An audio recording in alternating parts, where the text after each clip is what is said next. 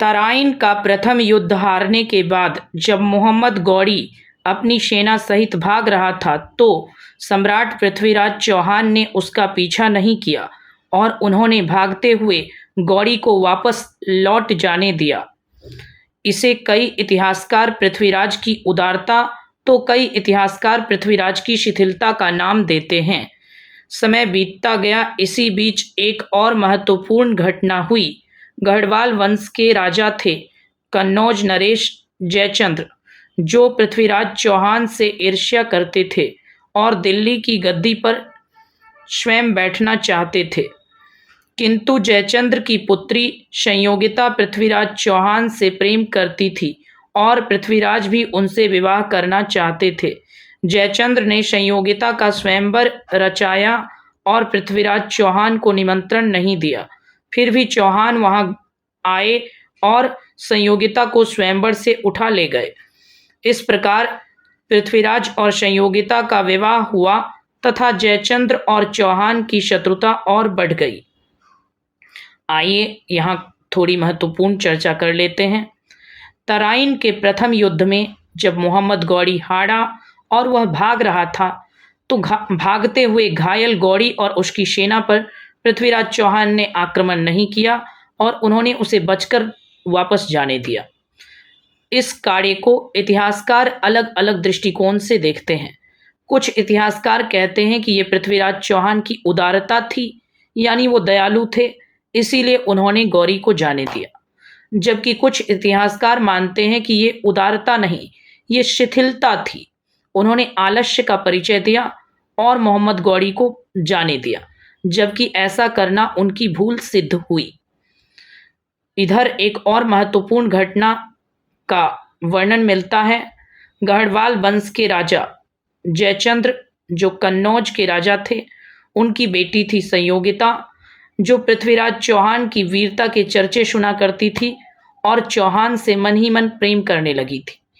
पृथ्वीराज भी संयोगिता से विवाह करना चाहते थे, किंतु जयचंद्र दिल्ली का राजा स्वयं बनना चाहता था, इसलिए पृथ्वीराज चौहान से जलन और ईर्ष्या का भाव रखता था। इस शत्रुता के कारण उसने संयोगिता का स्वयंवर रचाया और पृथ्वीराज चौहान को निमंत्रण नहीं दिया।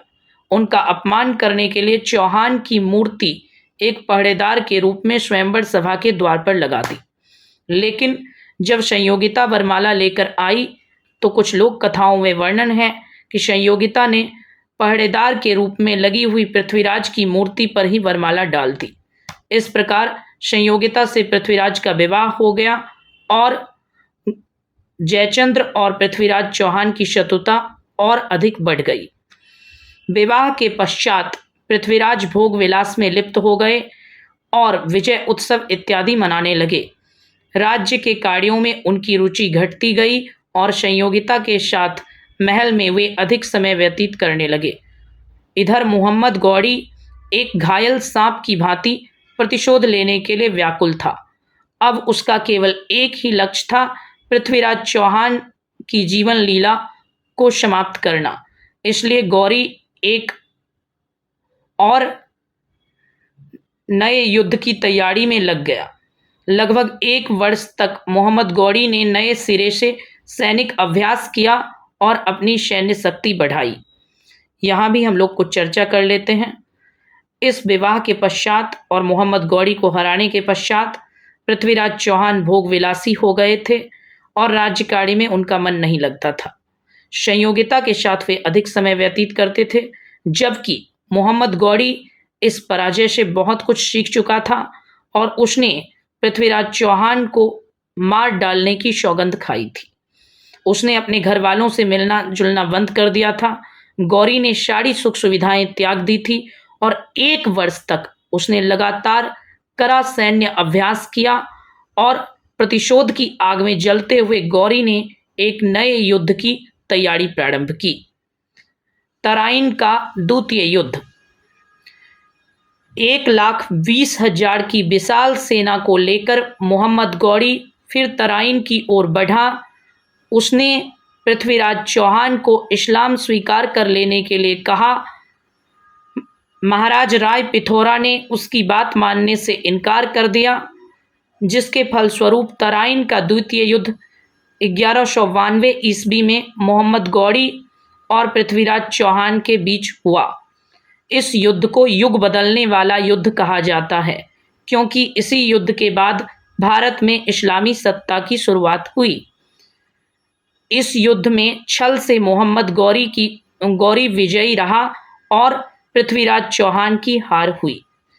इस महान सम्राट की हार के पश्चात ही भारत माँ ने मुगलों की अधीनता स्वीकार की। आइए यहाँ भी हम कुछ महत्वपूर्ण चर्चा कर लेते हैं। जैसा कि आप सब जानते हैं, मोहम्मद गौरी ने सुख सुविधाओं का परित्याग कर दिया था और अपनी सैन्य शक्ति को लगातार बढ़ाने पर ध्यान दिया। 1,20,000 की विशाल सेना उसने एकत्रित की और 1 वर्ष तक कड़ा परिश्रम, कड़ा प्रयास और कठिन अभ्यास वह युद्ध के लिए करता रहा। और अपने इसी प्रयास और परिश्रम के कारण मात्र 1 वर्ष में ही गौरी एक सशक्त सेना लेकर पुनः पृथ्वीराज चौहान पर आक्रमण करने के लिए लौटा।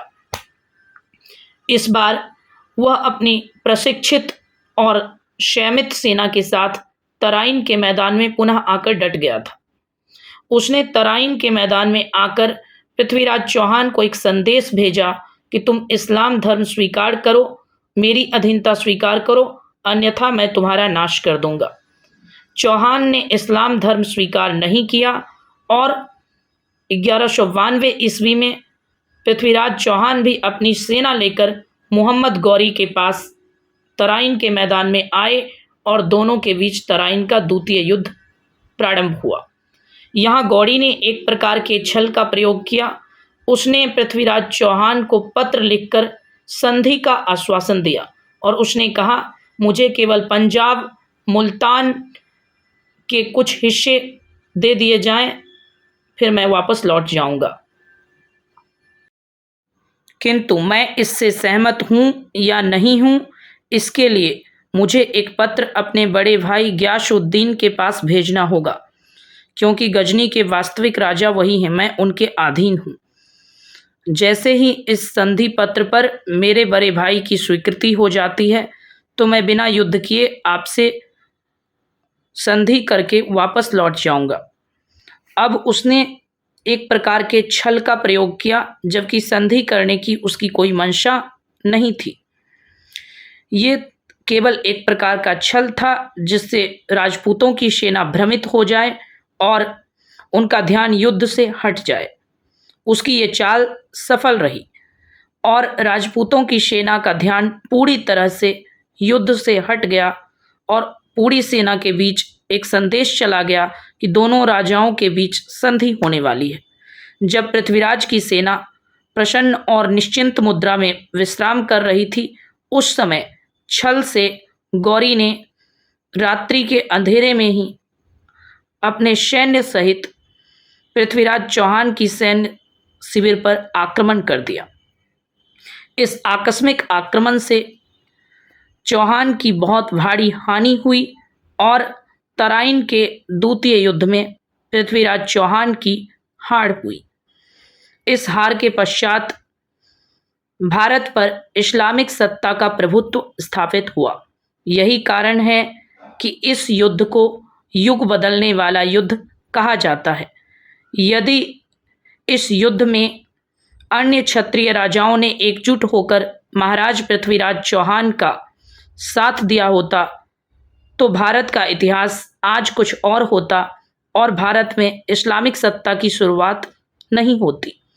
इसी के साथ एक महान हिंदू राजवंश पतन के कगार पर पहुंचा और पृथ्वीराज चौहान को दिल्ली के गद्दी पर बैठने वाला अंतिम हिंदू शासक माना गया।